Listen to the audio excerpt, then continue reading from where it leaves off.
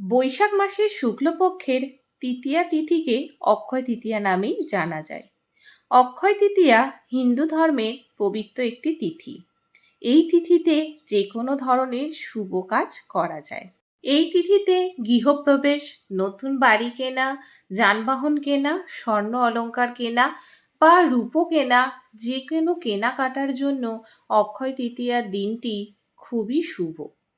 এই তিথিতে বলা হয় ব্যক্তি যে কাজ করুক না কেন তার ফল অক্ষয় হয়ে থাকে।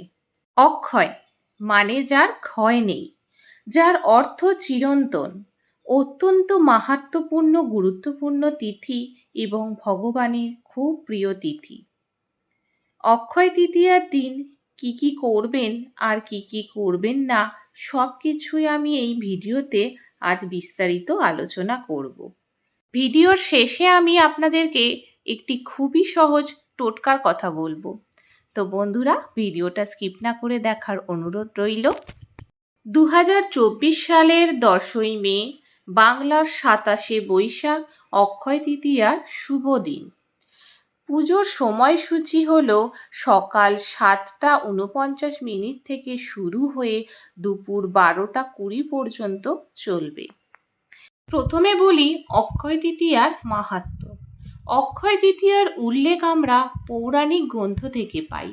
অক্ষয় তৃতীয়ার দিনে ভগবান বিষ্ণুর ষষ্ঠ অবতার পরশুরাম দেবের জন্ম হয়েছিল, তাই এই দিনটি পরশুরাম জয়ন্তী নামেও পরিচিত। রাজা ভাগীরথ এই দিনে দেবী গঙ্গাকে পৃথিবীতে এনেছিলেন, তাই এই দিনটি অত্যন্ত পবিত্র। অন্যদিকে এই দিনে গণপতি গণেশ বেদব্যাসের মুখনিসৃত বাণী শুনে মহাভারত রচনা শুরু করেছিলেন। মা অন্নপূর্ণার আবির্ভাব ঘটেছিল অক্ষয় তৃতীয়াতে। সত্যযুগ শেষ হয়ে ত্রেতা যুগ শুরু হয়েছিল এই দিনে। এই দিনে ভক্তরা সুদামা শ্রীকৃষ্ণের সাথে দ্বারকায় দেখা করেন এবং তার থেকে সামান্য চাল ভাজা নিয়েছিলেন শ্রীকৃষ্ণ। সুদামার সকল দুঃখমোচন করেছিলেন তিনি। দ্রৌপদীর বস্ত্রহরণ করতে গিয়েছিলেন দুঃশাসন এই দিনে এবং শ্রীকৃষ্ণ দ্রৌপদীর সম্মান রক্ষা করেছিলেন। এই দিনে পুরীধামে জগন্নাথ দেবের রথযাত্রা উপলক্ষে রথ নির্মাণ শুরু হয়। এবার আলোচনা করব অক্ষয় তৃতীয়ার দিন কি কি কাজ একদম করবেন না। অক্ষয় তৃতীয়ার দিন ভুলেও মাছ, মাংস, ডিম, পেঁয়াজ, রসুন, মসুর ডাল, মাশরুম প্রভৃতি আমিষ দ্রব্য গ্রহণ করবেন না। অক্ষয় তৃতীয়ার দিন কাউকে কোনো জিনিস ধার দেবেন না, সেটা টাকা হোক, পয়সা হোক বা রান্নাঘরের কোনো সামগ্রী হোক।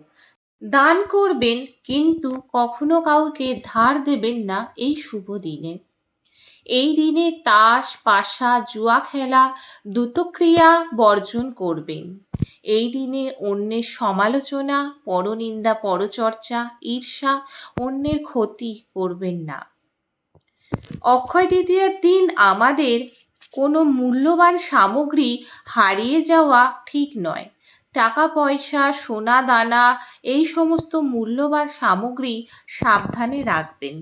অক্ষয় তৃতীয়ার দিন গাছ কাটবেন না, গাছের পাতা ছিঁড়বেন না। অক্ষয় তৃতীয়ার দিন প্লাস্টিক বাসন, কাঁচ, অ্যালুমিনিয়াম, স্টিলের বাসন এই দিনে কিনবেন না। এবার আসি অক্ষয় তৃতীয়ার দিন কি কি কাজ করা উচিত। অক্ষয় তৃতীয়ার দিন স্নান সেরে ঘরে লক্ষ্মী গণেশ পূজা করা উচিত। পূজা আমাদের মনের শান্তি আনে এবং সংসারের সমৃদ্ধি আনে। অক্ষয় তৃতীয়ার দিন ধ্যান করতে পারেন এবং দান করতে পারেন। এই দিনে সধবাদের লাল কাপড়, আলতা সিঁদুর দিতে পারেন উপহার হিসাবে। এই দিনে ভগবানের চরণে তুলসীপত্র ও পুষ্প অর্পণ করবেন।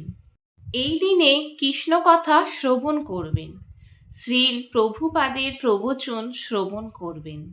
পবিত্র নদীতে আপনি স্নান করতে পারেন এই দিনে। এই দিনে মা লক্ষ্মীকে আলতা সিঁদুর অবশ্যই দেবেন।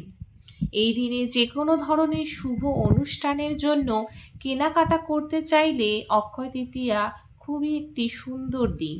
যেমন বাড়ির কোনো আসবাবপত্র কিনতে পারেন, অনেকে এই দিনে গৃহপ্রবেশ করেন, জমি কেনেন, বাড়ি কেনেন, ফ্ল্যাট কেনেন, আবার অনেকে গাড়িও কেনেন। এই রকম কেনাকাটা করা যায় এই শুভ দিনে।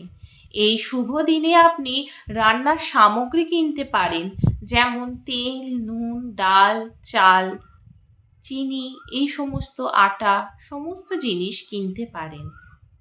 তামা, কাঁসার এই ধরনের বাসন কিনতে পারেন এই শুভ দিনে। অক্ষয় তৃতীয়ার দিনে খালি হাতে ঘরে প্রবেশ করবেন না। পান সুপুরি হোক বা দুধ বা ঘি, যে কোনো জিনিসই হোক না কেন, কিছু অন্তত গৃহে কিনে নিয়ে আসবেন। অক্ষয় তৃতীয়ার দিন ঘর বাড়ি অপরিষ্কার একদম রাখবেন না, পরিষ্কার পরিচ্ছন্ন রাখবেন। ঘর বাড়ি পরিষ্কার পরিচ্ছন্ন করে স্নান সেরে ছোট করে হলেও লক্ষ্মী গণেশ পূজার আয়োজন এই দিনে করা উচিত।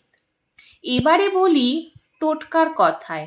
অক্ষয় তৃতীয়ার দিন এমন কিছু টোটকা করলে পরিবারে সুখ সমৃদ্ধি বৃদ্ধি ঘটে বলে মনে করেন জ্যোতিষীরা। অক্ষয় তৃতীয়ার দিন অনেকে সোনা কিনতে পারেন না। সোনা কিনতে না পারলে যব কিনুন। সেগুলিকে 3 ভাগে ভাগ করুন। এক অংশ দান করুন, এক অংশ বপন করুন, এক অংশ পূজায় রাখুন। পূজার পরে এটি লাল কাপড়ে মুড়ে আলমারিতে একটি মুদ্রা রাখুন। শাস্ত্রে যা সোনার সমান হিসেবে বিবেচিত হয়। নারকেল। নারকেল লক্ষ্মী দেবীর প্রিয় ফল। এই দিনে মা লক্ষ্মী দেবীর কাছে নারকেল অর্পণ করুন। আজকে আমরা জানলাম অক্ষয় তৃতীয়া পূজার সঠিক সময়সূচি, অক্ষয় তৃতীয়ার পূজার দিন কি করা উচিত, কি করা উচিত না, ও তার সাথে সাথে একটি ঘরোয়া টোটকা। তো আজকে ভিডিওটা আমি এখানেই সমাপ্ত করছি। সবাই ভালো থাকবেন, সুস্থ থাকবেন। নমস্কার।